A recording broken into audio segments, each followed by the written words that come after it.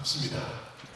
명절 때마다 이런 의미 있는 모임을 갖는다는 것이 여러분들이 이 시대를 앞서서 이끌어 가시는 분들이라고 확신합니다. 한국교회가 위기를 만났다고 하는데 이 위기는 옛날 초대교회가 받았던 박해의 위기하고는 그것과는 다른 종류입니다. 그 당시에는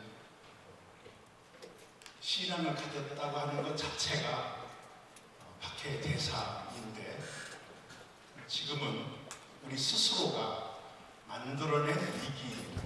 그런 점에서 이거는 위기라기보다는 정화 작업을 하고 계시다.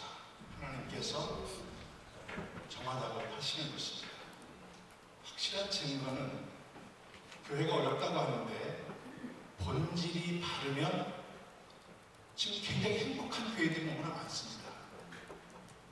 어렵다고 하는 것은 사탄의 어쩌면 우리에게 던져주는 사탄의 유혹인지 모릅니다. 하나님께서는 여전히 하나님 뜻에 맞게 바르게 교회가 쓰면 하나님의 축복은 대가가 될 수 있겠다. 그런 점에서 저는 이 과정이 오히려 한국교회를 세우는 너무나 중요한 기간이다, 그렇게 생각을 합니다. 하나님께서 원하시는 방향과 본질이 뭔가를 우리가 분명하게 밝혀나갈 수만 있다면 위기는 아닙니다. 오히려 하나님께서 주시는 축복의 기회가 될 것이다, 그런 말씀입니다. 왜 한국교회가 위기를 만났다고 할까? 답은 간단합니다. 세속화입니다. 지난 주간에 저희 학교에 수련회 강사로 오신 정말 한국교회의 개혁을 이끌어가는 젊은 리더인데, 식사 자리에서 한국교회는 자본주의에 잠식당하고 있습니다. 교회의 본질이 그게 아닌데 평가의 기준이 모두 자본주의. 그런 점에서 그분도 저와 똑같은 생각을 가지고 계시더라고요. 이것은 우리 스스로가 만든 덫이다. 그런 점에서 하나님께서는 여전히 지금도 역사하고 계시다. 그분 교회가 급성장하는 교회인데 본인은 이 급성장 자체가 부담된다고 그러더라고요.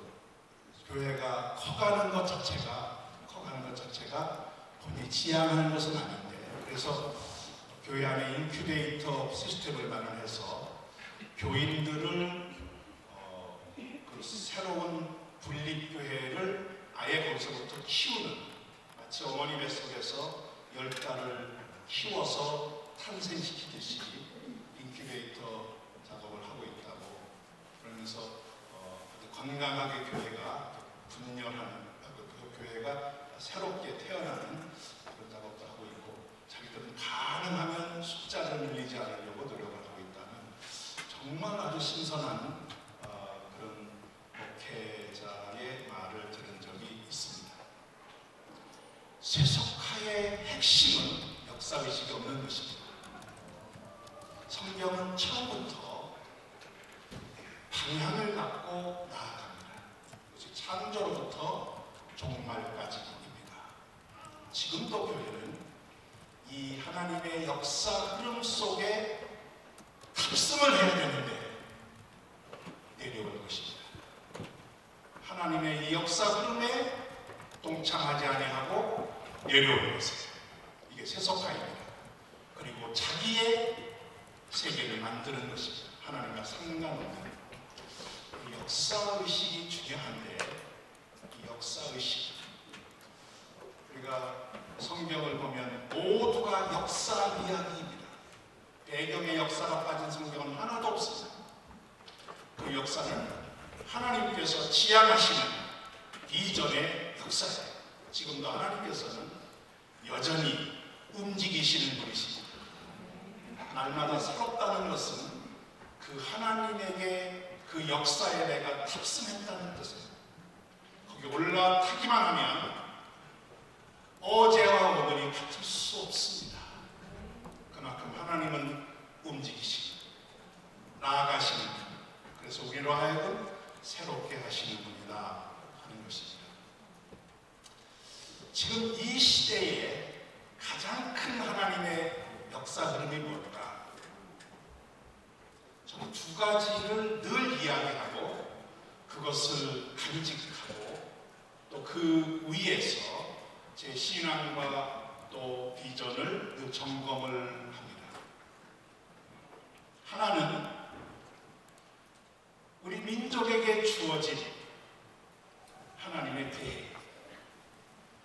이 금년이 해방 분단 70주년인데 하나님께서 예레미야의 70년 예언처럼 우리에게 이 70년이 되는 이 해에 뭔가 돌파구를 마련해달라는 간절한 기도가 있습니다.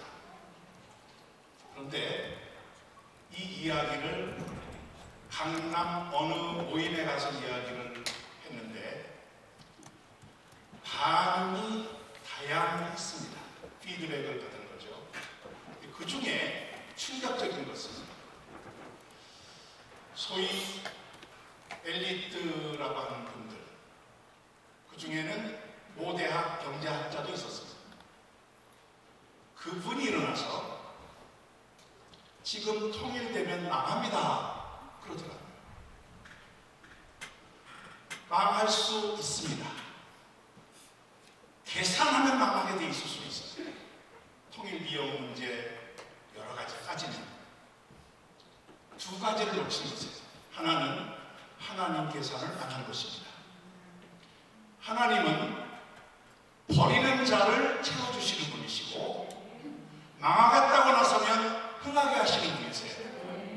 십자가를 치는 자에게 하나님의 은혜가 있는 것입니다. 십자가 없는 은혜가 어디 있습니까? 십자가 없는 부활은 거짓 부활입니다.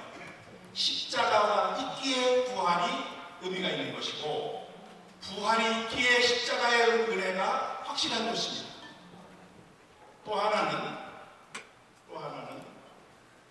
자기만 잘못한 거예요. 당대는 문제가 없을 수 있죠. 보장되지 않습니다. 우리는 눈앞에 핵폭탄을 앞에 놓고 살고 있습니다. 여러분 뉴스 보시지 않습니까? 북한이 처음으로 남쪽을 향하여 쏘아 올렸다는 거 아닙니까? 남쪽을 향하여. 그것이 서해에 떨어졌다는 것이에요. 우리의 자손들이 지금 이 상황을 그대로 물려주면 우리는 범죄자입니다. 하나님 은혜 안에서 어떻게든지 유일한 분단국가인데 우리가 독일도 25년 통일했고 베트남은 거꾸로 공산주의에서 통일을 당한 거고 예멘은 남북 예멘이 통일을 했다가 그리고 다시 재분열이 됐다가 북예멘에 의해서 무력으로 남예멘을 점령함으로 다시 통합이 됐는데 거기에서 내분이 생겨서 남예멘 사람들이 데모를 하고 지금 상당히 불안한 정세를 갖고 있습니다. 대만은 홍콩처럼 이미 통일된 분위기입니다. 정치적인 통합은 안 됐다 하더라도 생물학적 통일은 안 됐다 하더라도 지금 양국가의 공무원이 양쪽 나라에 가서 근무를 하고 있습니다. 그리고 수많은 중국 사람들이 대만을 방문하고 대만 사람이 중국 본토를 방문하고 대만 사람들이 중국에 얼마나 많은 투자를 하는지 모릅니다. 실질적으로 통합이 된 거나 마찬가지예요. 유일하게 남아있는 분단. 이거를 그대로 안고 그대로 이 상황을 유지하겠다고 하는 이 기득권층들이 너무너무 많습니다. 혹시 여러분 가운데 그런 분이 계시면 기도해 보시기 바랍니다. 하나님께서 우리에게 같은 언어, 같은 핏줄 뿔을 나눈 한 동족을 주신 것은 하나 되라는 하나님의 명령입니다. 그래야 우리 민족이 살고 후손들이 살게 돼 있습니다. 왜 하나님께서 주시는 이 기회를 놓칠까? 거기에 안티 통일 이 자체도 역사의식의 거부입니다. 하나님께서 우리에게 요구하시는 거다. 두 번째는 이스라엘의 회복입니다. 이것은 대한민국이라고 하는 국부적인 관점이 아니라 전 세계를 향한 하나님의 역사입니다. 70년 전, 67년 전에 이스라엘이 독립을 했는데 19세기 말부터 태동되기 시작했던 바로 그 회복운동이 1948년 결실을 보게 됩니다. 이 이스라엘의 독립으로 모든 영적인 흐름이 바뀌어 버렸습니다. 원래 역사라고 하는 것은 늦게 감지되게 돼 있어요. 그래야 역사적인 일, 역사는 오늘 일어난 일이 바로 다음날 우리에게 영향을 줄 수도 있지요. 6.25 전쟁 같은 이런 엄청난 사건은 일어나자마자 바로 영향을 끼치는데, 그러나 하나님께서 일으키시는 역사는 기본적으로 100년, 400년, 500년을 가기도 합니다. 이 역사가 70년, 67년을 지나면서 너무나 많은 게 바뀌었어요. 너무나 많은 게 바뀌었어요. 하나님께서 일으키신 파장입니다. 이 역사의 파장인데 한국교회가 이 파장에 민감하지 못합니다. 마치 우리에게 주어져 있는 이 평화 통일 문제를 제대로 인식하지 못하는 거죠. 그런 점에서 이 두 가지가 우리 역사의식의 문제로 등장하고 가장 기본적인 것인데, 이것을 놓치니까 역사의식이 막혀버려요. 그 막힌 공간 속으로 세속화가 들어올 수밖에 없습니다. 세속화는 그냥 생긴 것이 아니라 우리가 마땅히 주목해야 될 역사의식의 자리를 놓치니까 그 빈 공간으로 들어온 자연스러운 현상이다. 전 그런 점에서 이 모임이 비록 아직은 주목을 많이 받고 있지 못하는지는 모르지만 매우 의미 있는 행보라고 믿습니다. 한국교회를 깨우는, 역사의식을 회복하게 하는, 다른 신앙관을 갖게 하는 매우 중요한 행보다. 그런 점에서 여러분들은 이 모임 자체가 십자가입니다. 십자가는 사명이거든요. 예수님께서 나를 따라오려거든 내 자신을 부인하고 자기 십자가를 지고 나를 쫓을 것이니라. 마태복음 16장 24절 제자의 길을 말씀하십니다. 예수님을 따른다는 게 뭘까요? 예수님 따라가면은 먹을 것을 준다고 하는 기복사상일까요? 물론 포함되어 있습니다. 그러나 그것이 목적일 수는 없습니다. 너희는 먼저 그의 나라와 의를 구하라고 했지, 그러면 이 모든 것을 내가 더해준다고 했지, 우리 스스로가 그걸 추구할 수 있습니까? 제자도가 그것은 아니죠. 제자도는 사명입니다. 사명은 십자가가 따르게 되어 있습니다. 이 자리가 어쩌면 우리의 십자가인지 모르겠습니다. 어제 제 강의 저희 교단에서 운영하는 목회자 양성기관이 있었죠. 서울신학대학의 MBB 과정이 있고 또 교단에서 운영하는 MBB 과정의 지강신학을 졸업 맡은 전도사님들을 3년 동안 가르치는 과정입니다. 한 30명이 한 반을 이루어서 공부를 하고 있는데, 이번 학기 저에게 꼭 강의를 해달라고 해서 제가 그 강의를 맡았어요. 오후 마지막 시간인데 그때는 피곤하지 않습니까? 들어가면 그 분위기가 너무너무 좋은 거예요. 피곤해하지도 않고 저를 아주 기쁨으로 맞이해서 열심히 강의를 듣고 분위기가 너무 좋은 것입니다. 그래서 제가 어제 그저께 월요일 날 강의 들어가서 저한테 초코파이 같은 거를 이렇게 한 사람이 주니까 또 한 사람이 주고 또 한 세 개가 올라 이렇게 주더라고요. 그래서 이거는 하나는 리사 거, 하나는 내 거, 하나는 우리 예선녀 거. 그랬더니 나중에 까르르 하고 써요. 세 개는 돼야 제가 좀 그래도 인식을 쓸 수 있지 않습니까? 나만 먹으면 안 되니까. 너무 감사하다고 그러면서 제가 이런 얘기를 했습니다. 분위기가 너무 좋습니다. 너무 마음에 듭니다. 여기 오면 피곤이 싹 가시고 강의가 술술술 나옵니다. 왜 그런지 아세요? 여러분 중에 누군가는 십자가를 졌기 때문입니다. 분위기가 그냥 만들어집니까? 누군가가 희생을 치렀길래 가는 거죠. 여러분, 십자가는 사명이고요. 그 십자가는 모두를 살리는 것입니다. 나를 위한 십자가가 아니라 우리를 살리는 십자가. 그게 예수님께서 우리에게 말씀하신 제자도의 십자가예요. 그러면서 제가 덧붙여 얘기를 했습니다. 십자가는 굉장히 힘듭니다. 본인에게는 예외입니다. 여러분, 이 십자가는 은사인데 은사를 따라 십자가를 지는 거예요. 억지로 지는 게 아닙니다. 근데 정작 십자가를 지고 있는 이 힘든 십자가를 지고 있는 사람은 너무너무 즐겁고 행복합니다. 은사입니다. 누가 힘들다고 생각을 하느냐 하면 옆에 사람이에요. 안쓰럽거든요.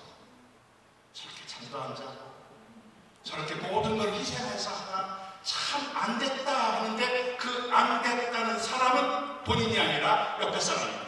근데 그 안 됐다는 마음이 분위기를 푸근하게 만듭니다. 본인은 너무너무 행복한 것입니다. 은사를 따라 십자가를 져야 이게 바른 제자도의 길인데, 여기 앉아 계신 여러분들은 적어도 이 시대의 역사의 흐름인 그 중심인 이스라엘을 위한 십자가를 지고 계신 것입니다. 여러분, 즐거운 것입니다. 바로 그 즐거움이 주변 사람들에게 편안함으로 행복함으로 나눠 주시기 바랍니다. 순교는 은사거든. 아무나 못합니다. 여러분, 하나님께서 허락해야만 순교할 수 있습니다. 이 순교도 즐거움입니다. 최초의 순교자 스데반이 돌에 맞으면서 아파 못 견뎠을까요? 아닙니다. 성경에는 그의 얼굴이 천사처럼 빛났다고 했습니다. 예수님께서 하나님 우편을 쓰셔서 그의 순교하는 그 스데반을 도와주었습니다. 나중에 가시면 물어보세요. 스데반, 최초의 순교자에게 당신 그때 아팠습니다. 행복했다고 말할 것입니다. 하나님께서 순교를 은사로 주실 때에는 그 고통보다 10배, 100배 더 큰 하나님의 도움을, 하나님의 은혜를, 하나님의 기쁨을 주시는 것입니다. 그러므로 십자가를 고통이라고 여러분이 느끼신다면 그 자체가 잘못된 것이에요. 다른 사람은 안 됐다고 얘기할 수 있어요. 그러나 본인은 너무너무 저지른 것입니다. 우리가 지금 제가 두 가지 말씀을 드렸는데, 한국교회가 이렇게 쫄아들고 있는 이유는 세속화에 우리가 휩쓸려 있기 때문이다. 영향력을 행사할 수 없습니다. 그 이유는 역사의식의 결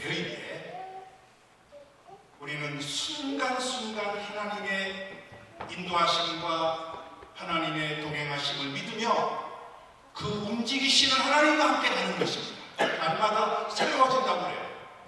그런데 바로 그 하나님과의 함께함의 이 흐름 속에서 가장 중요한 우리 민족을 향한 평화통일의 이 과제, 그리고 온 세계를 향한 이스라엘 회복에 하나님이 주신 이 비전, 이 두 가지가 두 기둥으로 우리를 세워줘야 우리가 살고 또 우리 교회가 살고 하나님께서 우리에게 주시고자 하시는 하나님의 놀라운 은혜를 우리가 누릴 수 있겠다 하는 것이 제 개인적인 소견입니다. 여러분 동의하시면 아멘 해주세요. 저한테 부탁한 게 교회력과 명절 절기에 관한 것인데, 제가 이 주제를 부탁을 받으면서 하나님께서 순간 몇 가지 정리를 주셨어요. 그래서 내가 뭔가 하나님께서 원하시는 것을 하려고 나아가면 축복이 일어나.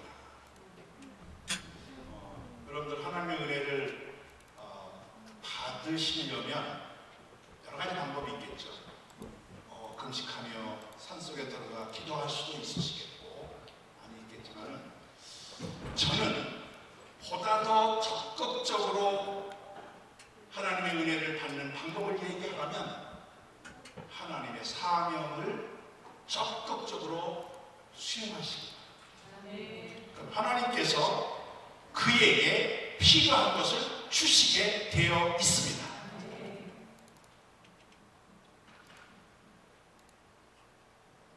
신앙이라고 하는 것 자체가 하나님을 믿고 하나님을 경외하는 것인데, 그 하나님 편에 서면 하나님은 내 편이 되시는 것 너무나 당연한 것이죠. 하나님이 내 편이 되기를 너무너무 간절히 구하면 하나님께서 내가 내 편이 되어줄 텐데 무엇을 위해서냐고 질문하세요. 사명을 붙잡는다는 것은 하나님이 내 편이 되신 이유를 제시하는 것입니다. 하나님께서 마음 놓고 내 편이 되실 수 있도록 여러분들이 사명을 부여잡으셔야 된다 하는 것입니다. 이런 신앙적인 원리가 이번 이 강의의 제게 준 은혜입니다. 그 강의 요청을 받을 때 여러 가지 시간 조정이 좀 어려웠었는데, 그래도 이렇게 저렇게 맞춰서 시간을 내고 그 요청에 제가 긍정적으로 응답하며 제가 나아가게 될 때 하나님께서 저에게 이런저런 정리를 주시는 것을 경험했습니다. 여러분과 함께 그 내용을 나누게 될 것입니다. 첫 번째, 교회력입니다. 우리 한국교회는 교회력으로 시작한 교회는 아니에요. 예전적 교회가 아닙니다. 페이스 미션이라고 믿음을 강조하는 선교사들에 의해서 세워진 그런 교회였고, 초창기에 그런 예전을 찾는다고 하는 것 자체가 허락되지 않은 분위기였습니다. 그래서 복음을 강조하고 전도하고 이런 그 믿음을 강조하는, 그리고 평양 대부운동 자체가 성령의 강력한 역사로 한국 DNA를, 신앙 DNA를 만들었기 때문에 그런 가운데 무슨 예전을 찾는다고 하는 것 자체가 그렇게 자연스럽지 않았었다. 그러다가 이제 교회가 어느 정도 성장하며 안정되면서 외국에서 공부하고 학자들도 이 예배학에 관련된 학자도 많이 나오게 되고, 또 교회도 뭔가 이제는 좀 모양을 갖춰야 되겠다 하는 그런 필요에 의해서 교회력이 강조되기 시작합니다. 어떻게 보면 어색한 교회력입니다. 지금 저희 교회도, 제가 출석하는 교회도 보면 이게 도대체 뭔가 싶을 정도로 왔다 갔다 합니다. 기준이 없어요. 기준이 없습니다. 교회력이라고 하는 것은 1년을 사이클로 일관되게 흘러가야 되는데 들쑥날쑥 전혀 교회력의 어떤 그 정신을 살려나가지 못하는 그런 분위기 가운데 있습니다. 그럼에도 불구하고 교회력 강조가 있게 되고 또 그것이 하나의 흐름으로 있기 때문에 이것에 대한 이야기를 좀 정리를 안 할 수가 없습니다. 저는 교회력이 갖고 있는 장점이 있다고 봅니다. 동시에 그 안에 단점이라고 얘기하고 싶지는 않아요. 미비점이 있습니다. 뭔가가 빠졌어요. 이거는 한국에 들어온 교회력이 그렇다는 게 아니에요. 교회력 자체가 가지고 있는 미비점이 있어요. 뭔가 비어 있습니다. 장점이라고 하는 것은 교회력 잘 아시겠습니다만 교회력은 예수님의 생애를 1년 단위로 교회력 안에 집어넣어서 예수님의 행적을 따라가는 그런 신앙적 의미가 있는 것이 교회력입니다. 두 개의 축으로 이루어졌는데 하나는 성탄절이라고 하는 축이 있어요. 이 성탄절 전에는 대림절이라고 해서 예수님 오심을 기다리는 대림절이 있고 성탄절이 있고 그리고 그 후에 주현절이 있습니다. 이 주현절은 동방교 같은 데서는 이제 그 동방박사가 예수를 찾아왔다고 하는 것, 그리고 그 후에 예수님께서 세례 요한에게 세례를 받으시면서 하나님의 아들이라 하는 그런 이제 하나님의 음성을 듣는 이런 것이 이제 주현절과 관련이 있습니다. 그래서 예수님의 탄생과를 중심으로 대림절 그리고 주현절 이렇게 나눠져요. 그리고 두 번째 핵은 부활절입니다. 바로 어제 그저께 보냈던 부활절. 그 부활절 전에는 사순절이 있습니다. 40일 동안 기도하며 신앙을 예수님의 순환에 비추어서 자기 자신을 돌아보는 사순절이 있고, 이 사순절 마지막 주간이 잘 아시는 고난주간이고, 그 고난주간의 핵심이 성금요일, 예수님 십자가에 못 박히신 날, 그리고 이제 3일 후에 부활절이 있습니다. 그리고 이제 그 부활절이 지난 다음에 50일이 지난 뒤에 성령 강림절 이렇게 구성됩니다. 그러니까 성탄절과 부활절을 중심으로 앞뒤에 두 개의 절기가 이렇게 위성처럼 포진되어 있다 이렇게 보시면 됩니다. 저는 이 교회력의 구성 자체가 잘못됐다, 그것은 나쁘다 이렇게 얘기하고 싶지 않습니다. 예수님의 생애를 하나님 말씀 안에서 묵상하며 그 생애를 따라간다고 하는 것은 우리 신앙 생활의 경건의 증진에 많은 도움이 된다고 봅니다. 장점이죠. 거기에 미비점이 있어요. 뭔가 빠졌어요. 좀 과격한 얘기일 수도 있습니다. 첫째는 성경에 그렇게 예수의 생애를 지키라는 명령이 없습니다. 신약 성경 어디에도, 성경 어디에도 없습니다.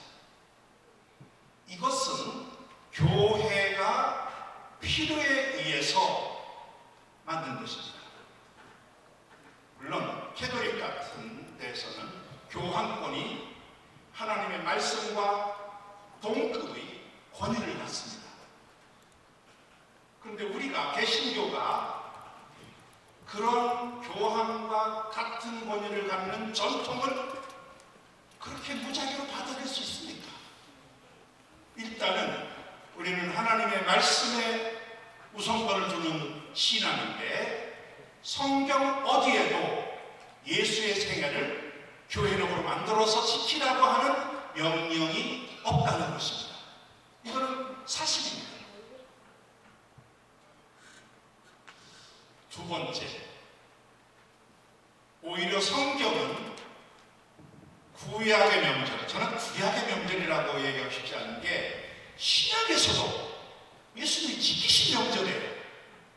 예수님은 3대 명절을 중요하게 여기실 뿐만 아니라 그 외의 명절도 중요하게 여기십니다. 그 중에 하나가 수전절이에요. 하누카 명절입니다. 잘 아시는 대로 하누카 명절은 마카비 반란 운동과 관련해서 생긴 것입니다. 이거는 성경 이후에, 구약 이후에 세워진 이스라엘 명절인데 예수님께서는 그 명절까지도 지키신 분이세요. 수전절에, 겨울에 있는 이 수전절. 이는 하누카라고 알려져 있는 잘 아는 명절입니다. 예수님께서는 오히려 확대 명절까지도 중요하게 여기셨던 분이신데, 그렇다고 하면 이 명절을 구약의 명절이라고 그렇게 규정하는 것 자체가 뭔가 잘못된 것이죠. 성경의 명절, 신약에서도 예수님께서 중요하게 여기시며 지켰고, 물론 초대교회는 이 문제에 예수님과 같은 입장이었을 거다 하는 것입니다. 그런데 이방교회가 되면서 이 성경의 명절을, 그 명절은 어떤 명절입니까? 성경에 거듭해서 반드시 지키라고 명령되어 있는 이 명절을 잘라버린 것이죠. 이유는 이해가 돼요. 왜냐하면 유대교와의 결별이 온 결과입니다. 유대교는 구약에서 하나님께서 제정하신 이 명절을 가장 중요하게 여기는, 그래서 그것이 하나의 중요한 유대교의 명절로 자리를 잡았습니다. 이 유대교와 결별되면서 이방교회가 이제 성장하면서 그 진영을 갖추게 되고 여러 가지 제도를 만들게 되는데, 그때에 유대교와의 결별 때문에 그 유대교가 중요하게 여기는 바로 이 명절을 빼버린 것입니다. 빠진다고 빠지느냐? 아닙니다. 그 빈 공간을 서양 문화가 들어갔습니다. 그 서양 문화는 이교 문화가 다분히 섞여 있습니다. 저는 이런 서구 문화, 그것도 이방 문화, 이교 문화가 들어와 있는 이 교회력을 그렇게 철저하게 지켜야 되는가에 대한 퀘스천이 있는 것입니다. 그러나 아까 서두에 말씀드린 것처럼 장점이 있다는 것 때문에 이 문제를 좀 조심스럽게, 아니면은 조금은 우리가 좀 넓게 수용하는 관점에서 그걸 받아들일 필요가 있겠다 하는 것입니다. 그러나 이 장점은 살리고 미비점은 보완해야 됩니다. 그렇지 않으면 이거는 오히려 이교 문화라는 그 틀 안에 거룩한 예수님의 생애의 이 교회력이 자리 잡게 된다고 하는 점에서 이것은 안타까운 일이다. 저는 이제 그런 점에서 이 교회력과 성경의 명절을 어떻게 조화시킬 수 있을 것인가 하는 고민이 있습니다. 그 초대교회가 이 성경의 명절의 이 중요한 요소들을 빼버린 것은 유대교의 결별인데, 그것이 1948년 이스라엘의 독립과 더불어 분위기가 바뀌는데 잃어버린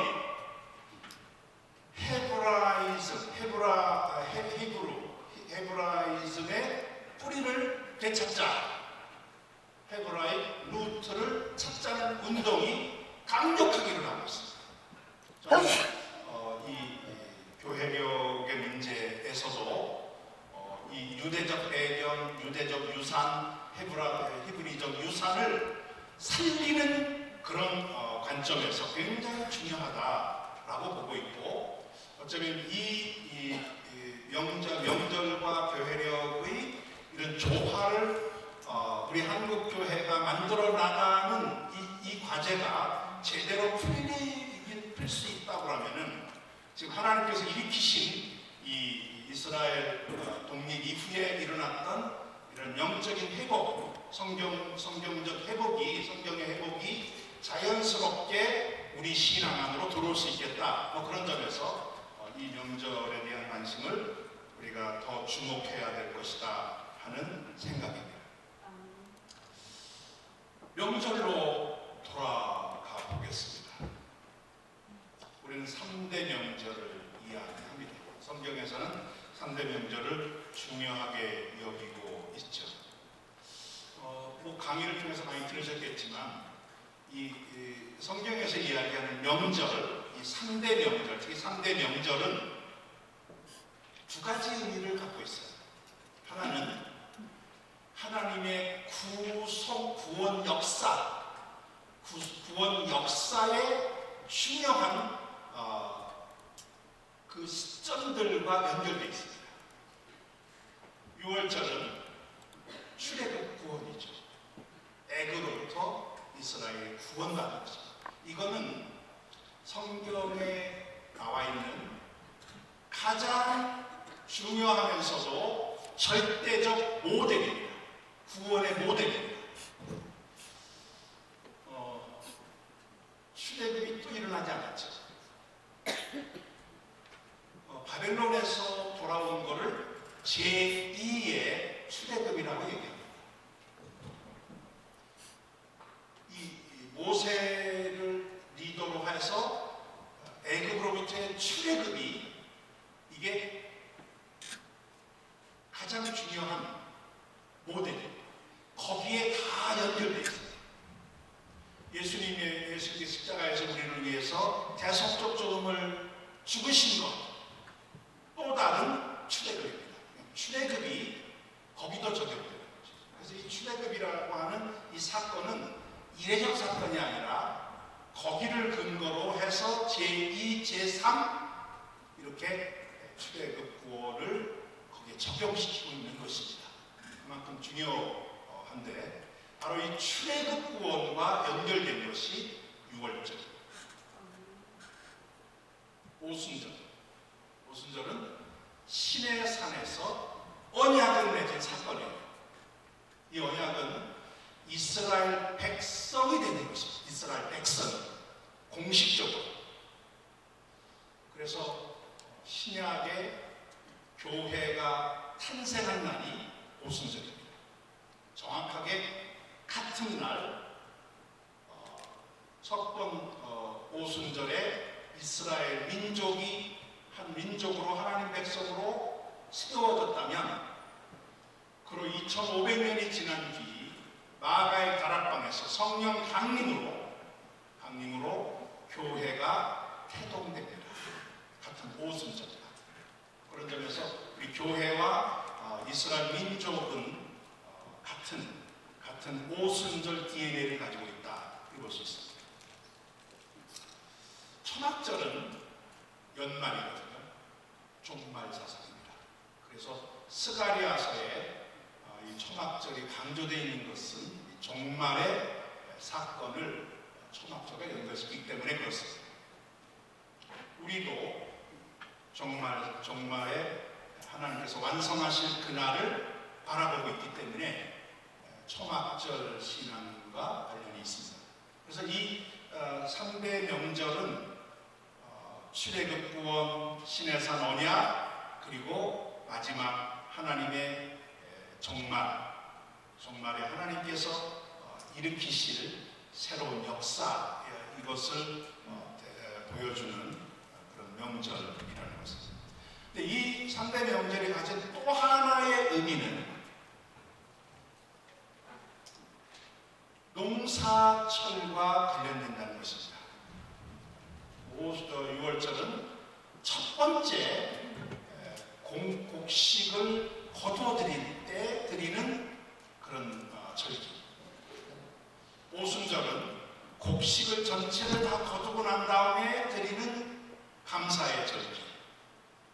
초막절은 잘 아시는 대로 곡식 추수와 함께 여름 동안 추수하는 과일 생산, 대표가 포도지, 포도와 성령한 무화과인데 그 여름 과일을 다 걷어들인 다음에 봄철에 걷어들이는 곡식과 여름철에 추수하는 이 과일 생산을 다 마치고 난 다음에 종합해서 하나님 앞에 추수감사로 드리는 이게 초막절입니다. 하나님이 우리를 구원해 주신다고 하는 구원 역사와 관련이 있다면, 또 하나는 우리가 이 땅에서 살아가는 삶에 있어서 꼭 필요한 그런 농사, 추수와 관련이 있다. 저는 이거를 계절 순환적 요소다. 하나는 구속적 신앙의 요소라면, 그리고 계절 순환적 요소는 우리의 삶의 사이클을 보여준다 하는 것입니다. 이 계절적 순환적 요소의 이 세 명절은 추수의 첫 번 추수, 곡식 첫 번 추수, 곡식 전체 추수, 그 다음에 곡식과 과일 추수의 전체 추수, 다 뭐에 연결되어 있습니까? 추수와 관련되어 있어요. 추수와. 우리나라의 추수와 관련된 명절이 추석이죠. 추석이 관련된 이 회자되는 이야기 가운데 가장 많이 흐르는 게 이 추석만 같아라, 그런 말 있지 않습니까? 뭐라고 그러죠? 한가위만 같아라. 그게 무슨 뜻입니까? 최고 풍성한 축제라는 거죠. 그럴 수밖에 없는 게, 추수를 하고 나서 그때는 비록 조금 지나면 보름교가 오고 그러는데, 그러나 그 추수를 한 한가위, 이 추석 그때는 풍성한 거 아닙니까? 얼마 가다가 이제 다 떨어진다 하더라도 그 기간만큼은 풍성하다. 그러니까 한가위만 같아라 라고 하는 말이 회자되는 겁니다. 자, 그러면 이스라엘의 이 순환적 요소의 이 세 명절을 보면 뭡니까? 우리의 한가위가 3등분 거죠. 그렇죠? 여기는 첫 번째 그 이삭을 거둬들인 다음에 6월절을 드리고, 여기는 곡식을 다 거둬들인 다음에 드리는 명절이고, 여기는 전체 1년 전체 과일을 다 생산한 다음에 드리는 총체적 이제 명절. 그러니까 초막절이 제일 풍성하겠죠. 그러나 그 이전에 있는 주 명절도 여전히 풍성하다. 하나님의 구원 역사는 풍성 안에 있습니다. 우리 연결시키게 돼요. 하나님 우리를 구원하신 목적이 뭐죠? 행복하게 합니다. 우리를 행복하게 합니다. 우리의 십자가가 뭡니까? 너무너무 행복하다. 하나님이 나에게 그 일을 감당할 수 있는 은사를 주셨고, 마음을 주셨고, 그래서 그 일을 하면 할수록 마치 샘이 터지듯이 기쁨이 넘치는 거예요. 십자가는 사명이고 사명은 행복한 것입니다. 신앙에 예수님께서 이 땅에 오신 목적을 뭐라고 그럴까? 요한복음 10장 10절에서 내가 온 것은 양으로 하여금 생명을 얻게 하는데 더 풍성히 얻게 하랍니다. 여기 생명이 뭐죠? 비오스가 아닙니다. 조회는 기쁨입니다. 이 생명 속에 들어있는 이 기쁨, 행복.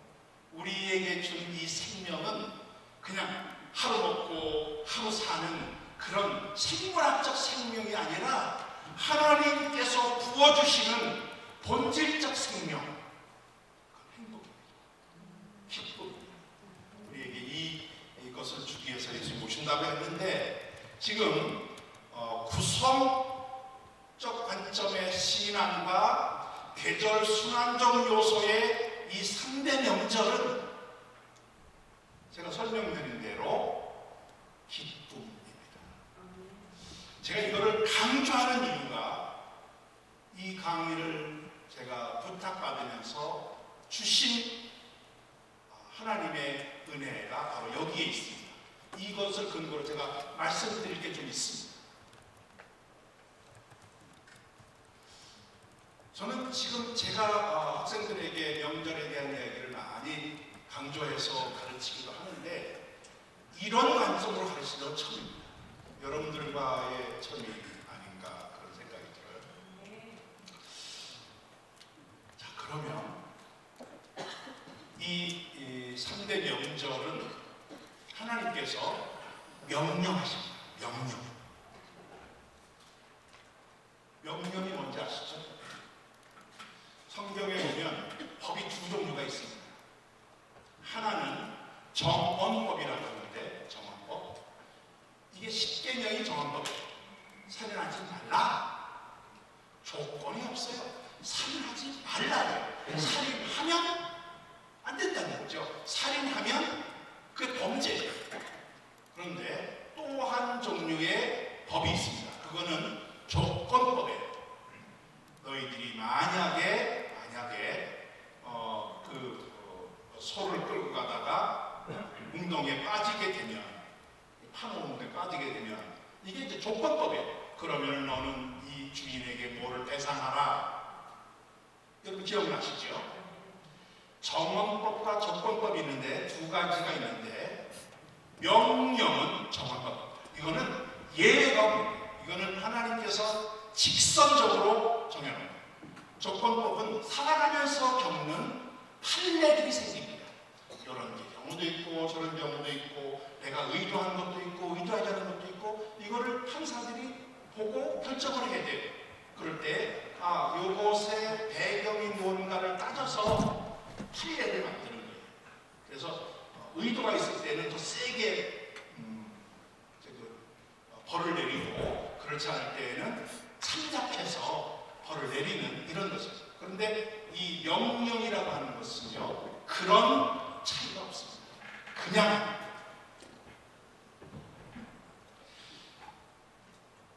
출애굽기 20장이 십계명이거든요.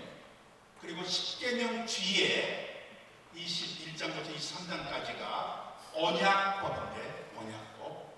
그 언약법은 대부분이 조건법이 많습니다. 그리고 그 안에 간간히 정한법이 있어요. 뭐뭐 하지 말라, 뭐뭐 하지 말라 하는 게 있는데 그 뭐뭐 하지 말라에 들어가는 게 명절입니다. 명절을 지키라지. 너희들이 시간 있으면 지켜라. 뭐 피곤하면 좀 빼라. 그런 거 없습니다. 지키라. 남자면 모두가 다 1년에 3번씩 하나님 앞에 나와야 된다. 명령입니다. 자, 그런데 이 명령으로 주어진 이 명절이 어디에 들어있는가?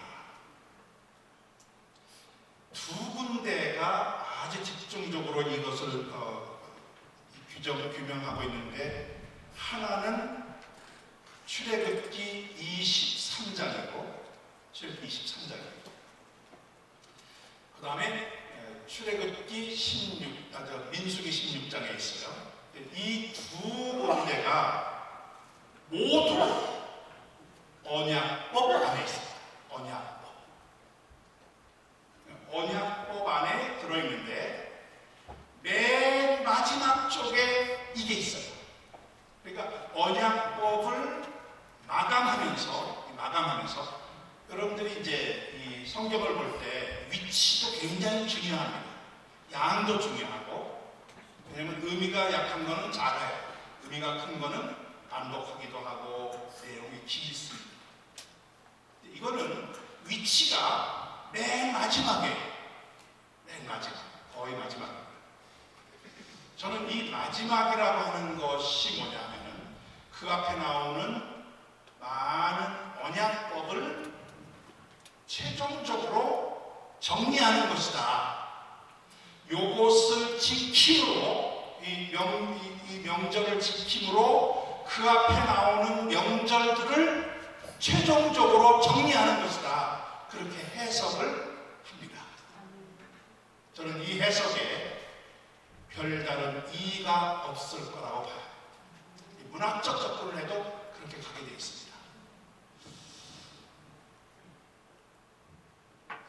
마지막에 이 명절이 제시되면서 이 전체 언약법을 지키는 이스라엘이 언약법을 지키는 마지막 미니멈, 다른 것은 못 지켜도 이것은 지키라. 미니멈, 그러니까 다른 것은 이유가 있어서 믿음이 약해져서 못 지킨다 하더라도 이것만은 지켜라 라고 하는 그 마지막 하나님의 이 이스라엘을 향한 요청이다. 그렇게 받아들이는 거예요. 그러고 보니까 유대인들이 이 명절을 목숨 걸고 지켜가죠. 목숨 걸고. 저는 이스라엘에 가서 7년을 살면서 7번의 사이클을 본 거죠. 7번의 만 7년이니까 7번의 그 삶 속에서 지켜지는 명절을 직접 제가 경험을 한 겁니다. 현장에서 함께 살면서 제가 놀란 것은요, 이스라엘의 종교적인 신앙을 그래도 잘 지키는 사람, 이 말은 회당에 빠지지 않고 가는 사람이 20%밖에 안 됩니다. 나머지 80%는 다 힐론이 세속주의자라고 해요. 세속주의자. 더군다나 텔라비브에 가면요, 돼지고기가 그렇게 인기가 있어요.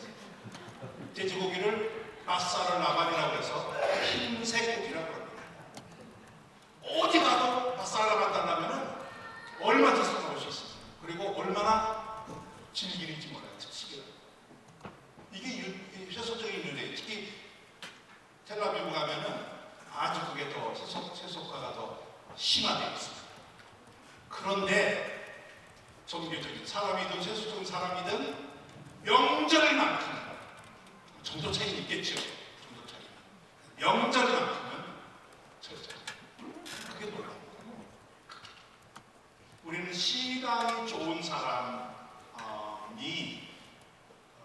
명절을 지킨다고 생각을 하는데, 신앙이 있든 없든 그들 속에 이게 다 퍼져 있는 거예요.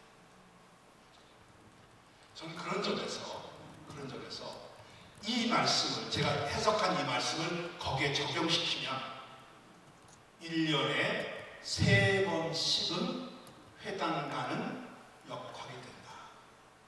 아무리 날라리라도 1년에 3번은 성경으로 돌아온다. 그렇게 해석을 하고 싶습니다. 미니멈. 여러분, 미니멈은 뭔지 아세요? 그것을 버리면 끝난 것입니다. 거기가 마지막 고르예요. 마지막 고르. 유대 민족이 그 마지막 고르를 지키는 거예요. 그게 어떻게 그리 됐는지 거기에는 이제 역사적으로 긴 이야기가 들어 있겠죠. 그런 말씀을 제가 드리고 싶습니다. 그러면서 이 상대 명절에 대한 이야기를 제가 살펴보는 중에 놀라운 사실을 발견했어요. 같이 한번 보시죠. 출애굽기 23장을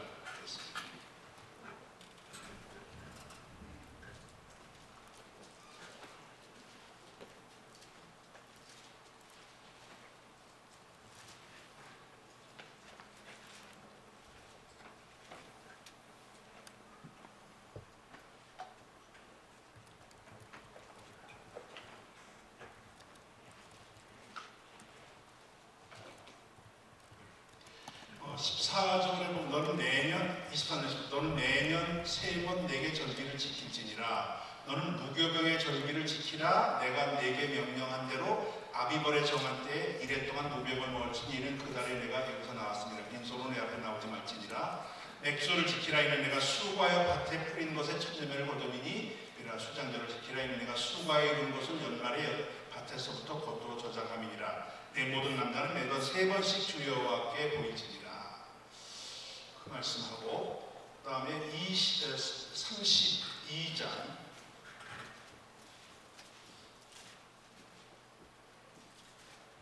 32장부터 34장까지가 이스라엘이 언약을 파기하는 거예요.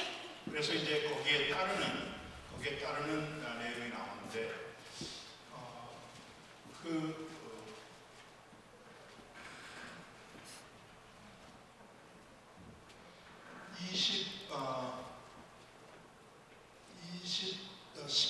34장 18절부터 보면 너는 무교절을 지키되 내가 내게 명령한 대로 아비벌 그 절기에 이래 동안 무교를 모라. 이는 내가 아비벌의 애굽에서 나왔음이니라.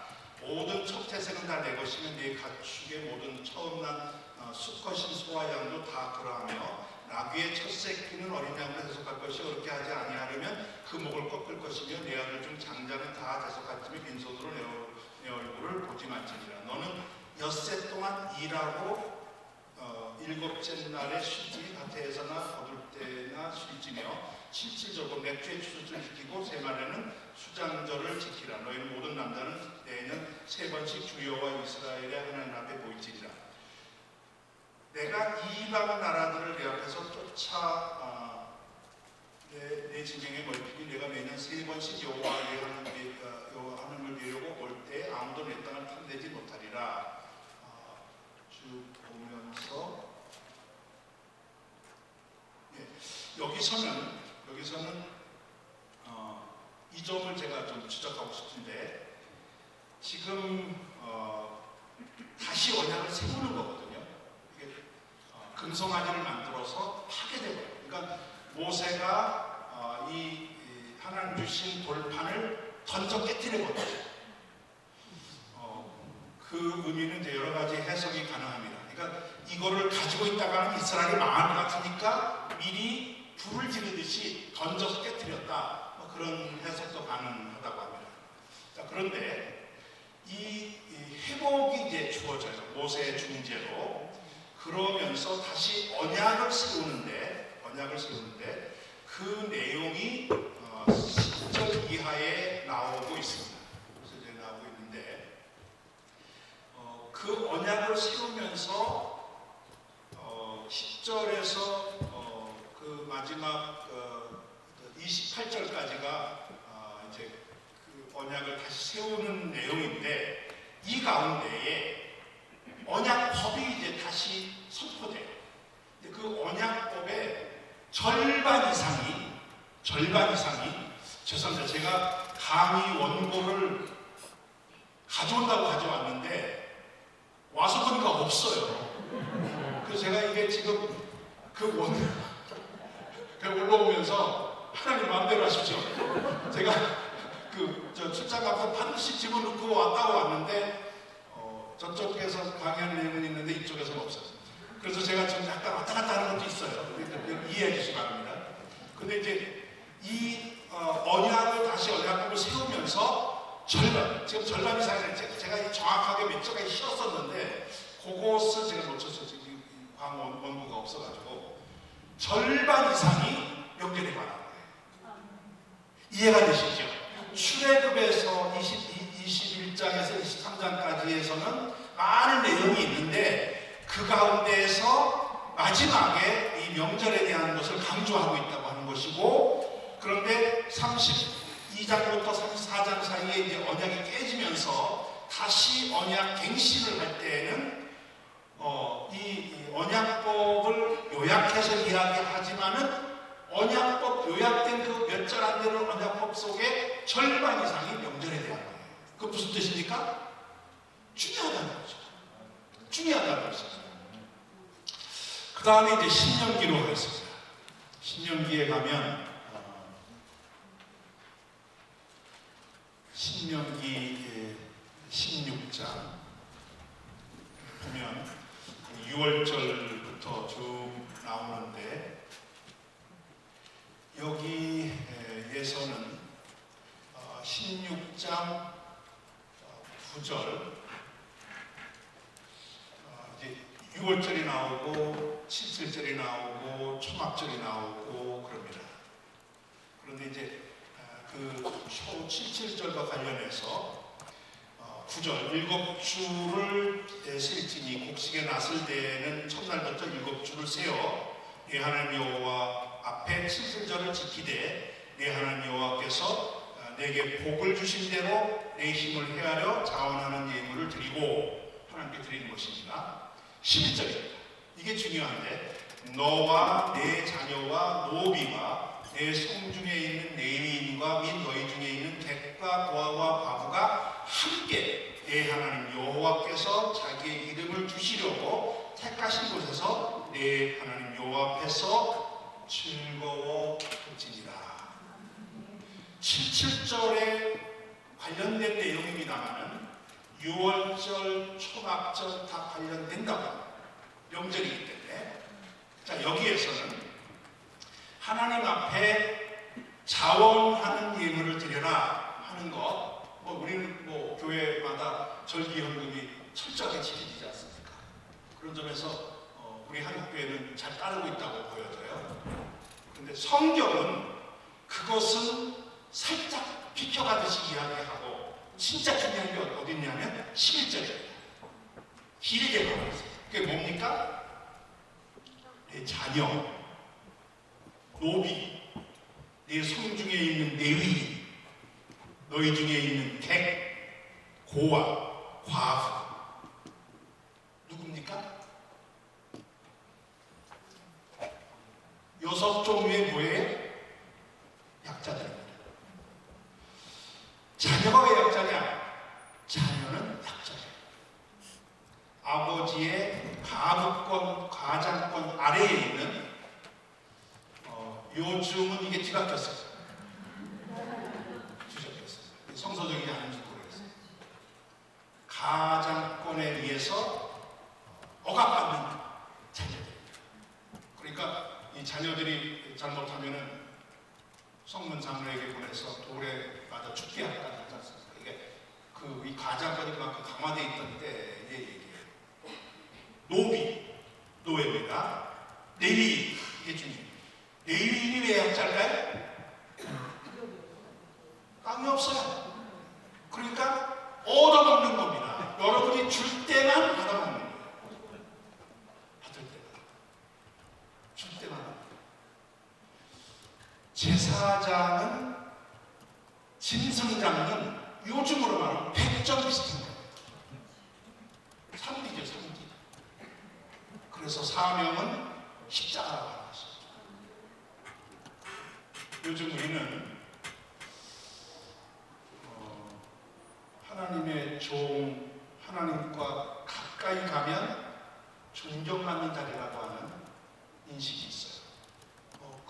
그런 존경이 필요할지 모르겠어요. 저는 그 존경은 60년대는 통했다고 봅니다. 저는 60년대 중학교 다닐 때 제가 나가는 교회 목사님이 주일날 성미가 나와야 식사를 하셨습니다. 그리고 장로님이 저 산 근처에 사시는 장로님이 매주 주일날마다 나무를 한 징 가지고 오세요. 교회 올 때 나무를 갖고 오시고 있는 장로님이. 그리고 그거를 목사님 부엌에 갖다 놓으세요. 그래야만 한 주간을 밥을 지어 먹었어요. 아마 여기 나이가 드신 분들 제 얘기가 아마 이해되시는 분들이 계실 거예요. 우리 젊은이들은 그게 무슨 얘기야?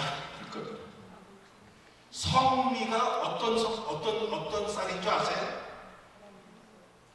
그 당시에 쌀은 오늘날의 쌀과는 비교가 안 되는 만큼 열악한 쌀인데 이게 각 집에서 나와가지고 이게 청천연색 쌀입니다. 그거 밥을 하려면 얼마나 밥이 맛이 없는 밥인지 모릅니다.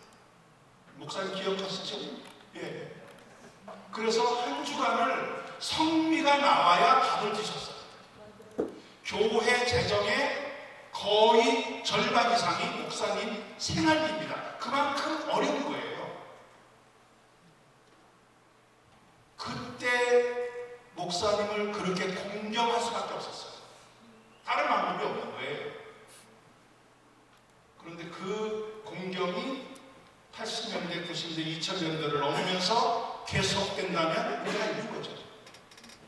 우리가 목사를 존경하지 말라는 게 아니라 그만큼 목회자들이 레위인처럼 가난한 자들이었다는 것입니다. 우리 한국교회가 성장하는 과정에서 하나님의 은혜로 이렇게 우리가 교회가 성장하면서 큰 복을 받았는데 이 복이 복으로 남아있으려면 여전히 레위인을 약자로 취급하는 성경 정신으로 돌아가야 되지 않을까 하는 생각이 없잖아 있어요. 그렇다고 강요를 하고 싶지는 않습니다. 이 6종류의 사람들은 거기에다가 이제 객과 고아와 과부, 대표적인 약자 아닙니까? 성경에서 이 6종류의 약자들과 함께 뭐하라는 거예요? 즐거워하라는 것입니다. 이게 명절이에요. 그래서 아까 제가 한가에만 같아라 하는 이 말이 그 뜻입니다. 그 뜻이에요. 명절은 하나님 앞에 우리가 해야 될 여러 가지 과제들이 있습니다. 감사의 과제들.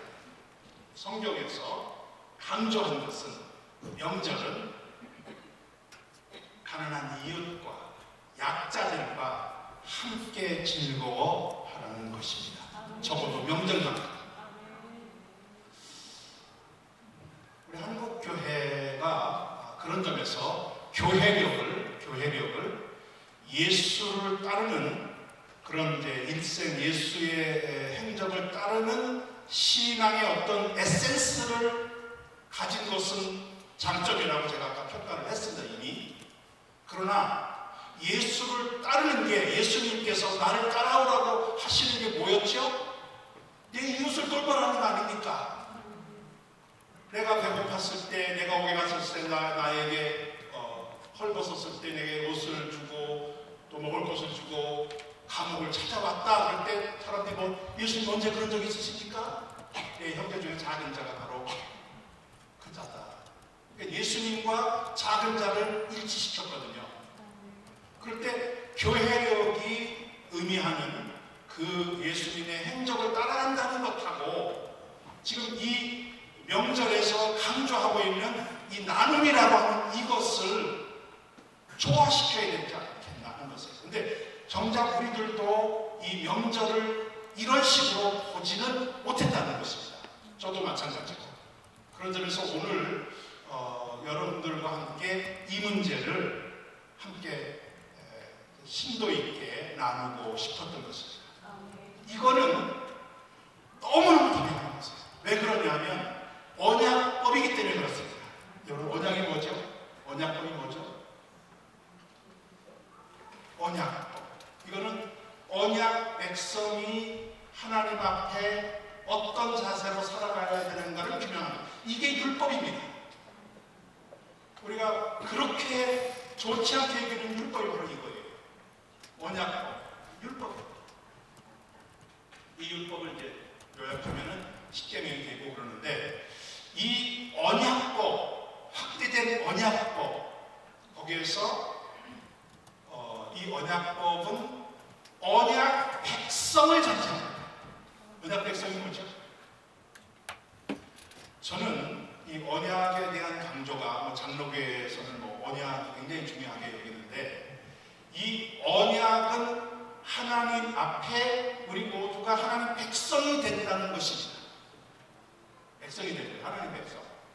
그런데 이 언약법이 강조하는 것은 하나님 백성의 공평입니다. 하나님 앞에 평등하다. 이 얘기하는 그런 식의 평등이 아닙니다. 제가 성경을 읽다가 깜짝 놀란 사실 하나를 발견했어요. 이사야 24장을 보시겠습니다. 이사야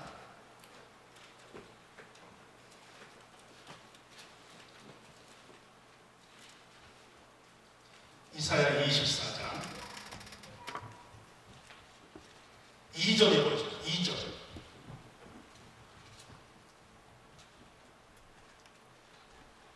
백성과 제사장이 같을 것이며 종과 상전이 같을 것이며 여종과 여주인이 같을 것이며 사는 자와 파는 자가 같을 것이며 빌려주는 자와 빌리는 자가 같을 것이며 이자를 받는 자와 이자를 내는 자가 같을 것이다.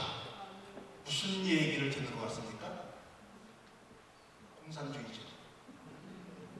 계급도 없고 신분도 없고 경제적인 자금도 없고 모두가 다 프롤레타리아, 오직 생산자만 있는 공산주의. 성경에 기록되어 있어요. 그런데 1절을 보시면 1절 다 같이 읽겠어요. 1절을 보라 여호와께서 땅을 공허하게 하시며 황폐하게 하시며 지면을 뒤집어 부시고 그 주민을 흩으시리니. 1절은 뭡니까? 하나님의 심판입니다. 공산주의는 하나님의 심판입니다. 저는 이 귀절을 읽으면서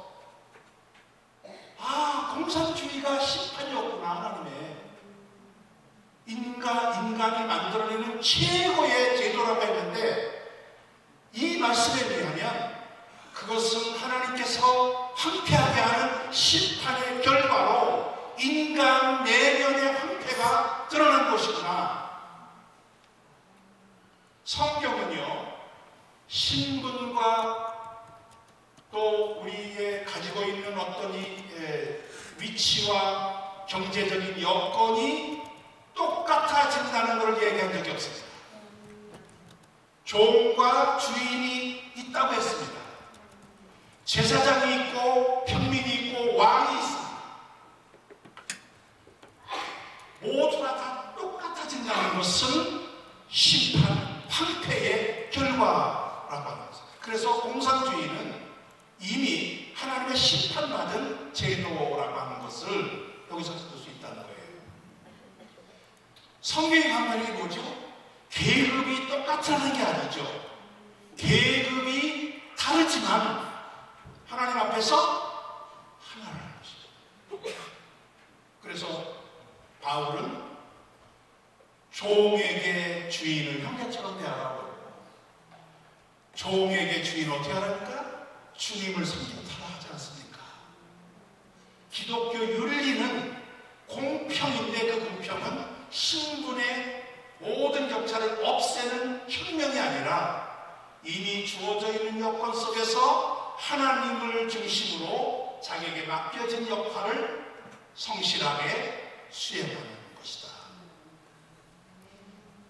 하나님 백성이 뭔가 그 안에 격차가 있습니다.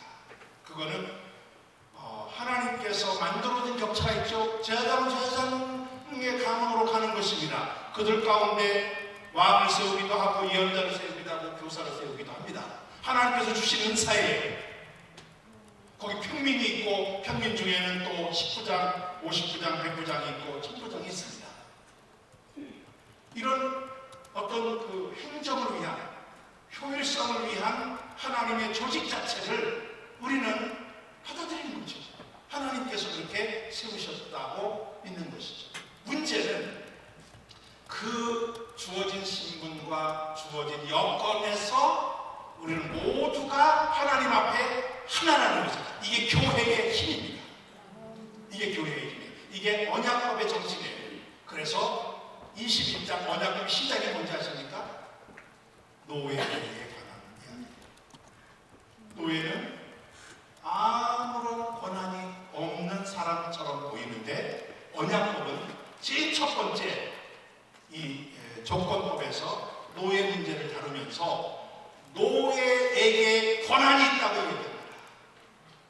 주인은 노예의 권한을 존중하라고 얘기하는 거예요. 이게 언약법의 시작이에요.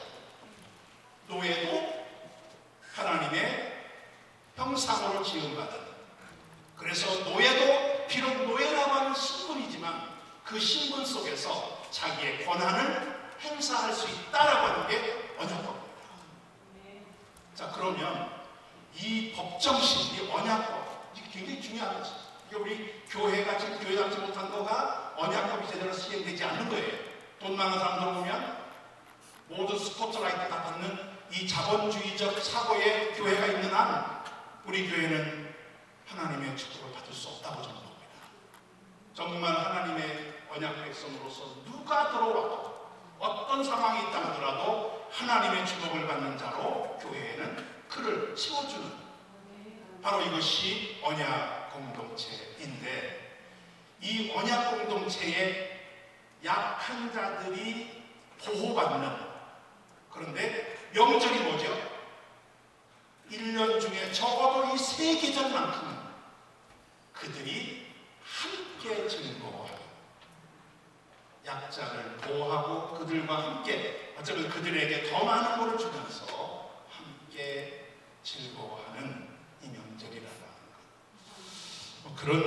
그런 점에서 이 명절이 가지고 있는 이 중요한 삶의 요소가 이 교회력에서는 쓸 자리가 없습니다. 주님이 너무너무 크게 강조되면서 예전적으로 그 주님을 너무 크게 보다 보니 오히려 예수님께서는 자기의 자리를 가난한 이웃들에게 나눠주라고 하셨는데, 교회법은 그 자리를 오히려 빼고 있지 않나 하는 아쉬움이 있는 것이죠. 저는 그런 점에서 이 공평이라고 하는 이 개념이 명절은 구원인데, 구원은 하나님 백성, 언약 백성을 세우는 거 아닙니까?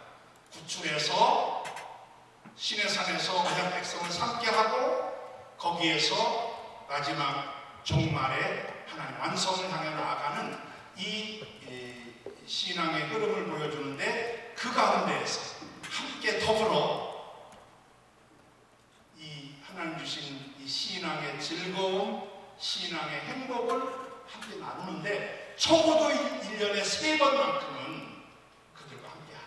이 기본이다, 기본.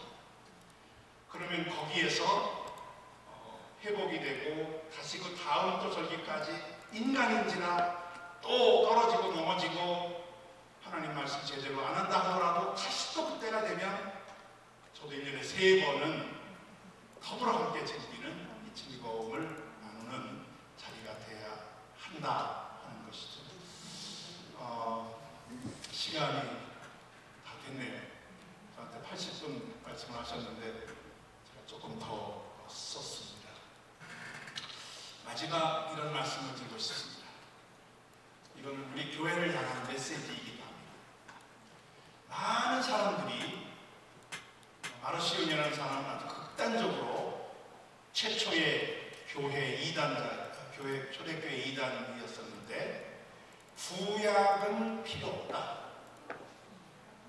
신약만이다. 그것도 구약적 요소가 있는 복음서는 다 빼고 오직 사랑의 주 예수에 관한 것만 모아서 성경으로 해야 된다. 이렇게 주장하는 분이 있습니다. 지금 보이지 않게 구약과 신약에 있어서 신약의 강조를 두는 경향이 있어요. 당연히 신약의 강조를 둬야 되겠죠. 그러나 그것이 이 교회력에서 구약에 규명된 명절을 뺀 이유라면 잘못된 접근이다 하는 것입니다. 그런 점에서 이런 제안을 드립니다. 구약과 신약을 다 합쳐서 나누면 구약이 4분의 3입니다. 거의 적죠. 신약이 4분의 1이에요. 그러니까 이 신약 구약을 다 합친 것에서 3대 1로 나눠집니다. 3대 1로. 제가 질문을 드릴게요.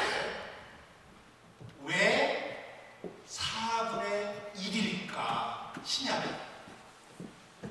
여기에서 많은 사람들은 구약은 폐기됐다.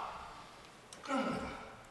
구약은 이제 더 이상 필요 없다. 그러면 구약을 빼버리지. 구약 빼버리지. 왜 갖고 있지? 지금 폐기됐는데. 여전히 구약을 학본으로 가지고 다녀요. 자기 당착입니다. 구약을 갖고 다니면서 4분의 3은 이거는 신약으로 인해서 끝났다라고 하는 생각을 가지고 있는 사람들이 신구약을 가지고 있는 거예요. 저는 잘못된 생각이라고 생각합니다. 왜 4분의 1인가? 4분의 3에 세우니까 4분의 3을 반복할 필요 없으니까 4분의 1만 이루어야 한다. 그 말은 신약을 제대로 하려면 구약 4분의 3을 적극적으로 받아들여야 된다. 마치 뿌리와 같은 것인데 그 위에 열매가 맺혔다고 해서 보이지 않는 뿌리를 우습게 여기는 잘못을 범하지 말아라. 그런 점에서 이 구약을 중요하게 여기는 그 구약 위에 신약이 세워졌다고 하는 이 관계를 여러분들이 주목하시죠. 거기에 대한 하나의 극단적인 이해가 새 언약입니다. 예레미야 31장 31절로 34절. 새 언약이 4절이에요. 성경 어디에도 구약의 새 언약이라고 하는 예언은 예레미야밖에 없는데 예레미야의 4절입니다. 4절. 새 언약은 신약의 근거예요. 신약과 연결되는 아주 중요한 연결고리인데 그렇게 중요한 새 언약의 예언이 4절밖에 있는 이유가 뭐죠? 구약 성경 전체가 언약에 관한 것입니다. 새 언약이라는 말로 표현하면은 옛 언약이 되겠죠. 그러나 이거는 새 것, 옛 것이라는 구분은 잘못된 것이고 이전 예언, 그 다음에 새로 주어진 예언, 아마 그렇게 하는 게 더 정확할 것이죠. 4절밖에 주어지지 않은 이유가 뭐냐면은 성경에 나오는 언약 관련된 것 전체 위에다가 새 언약의 특징만 몇 개 강조한 것입니다. 그런데 이 4절을 가지고 새 언약의 전가라고 얘기하는 잘못은 안 된다는 거죠. 그거는 구약 위에 신약이 세워져서 4분의 1밖에 안 되지만 이것이 큰 힘을 발휘하는 이유는 4분의 3의 뿌리가 있기 때문이다. 마찬가지로 새 언약이 4절밖에 안 되지만 이 새 언약이 그렇게 중요한 것은 다른 모든 언약 전체 내용에 거기에 아주 중요한 특징들, 새로운 요소들만 집어서 얘기했기 때문에 4절밖에 안 된다. 그런 관점에서 저는 이 구약에서부터 신약에 이르기까지 예수님께서 오는 이 명절에 대한 이 강조점을 교회력의 강조 이상으로 잘 받아들여서 조화를 시키되 삶의 사이클도 함께 터져나갑니다. 하나님과의 관계만 강조되는 교회력의 이 특징을, 그런 교회력의 어떤 경향을 이제는 성경에서 얘기하는 명절의 그 나눔이라고 하는 이 폭넓은 것과 결합하고 거기에서 잃어버린 유대적 유산, 히브리적 뿌리를 되찾는 운동이 일어날 수 있으면 좋겠다 하는 바람입니다. 고맙습니다.